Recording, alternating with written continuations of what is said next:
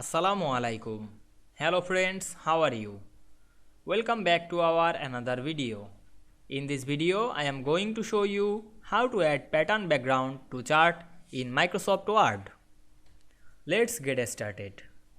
At first, we have to open a Word document. Then we want to add a pattern background of chart. Go to the Insert menu. Then click Chart option. Then select the charts. Then click OK. Now we can see here we insert a chart. Now we want to add pattern background of this chart.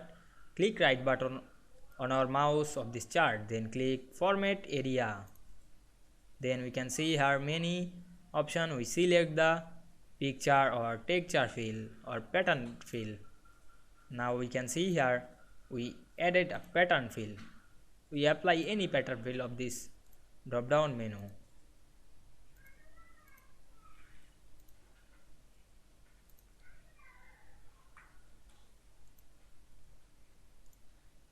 I hope you enjoyed the video.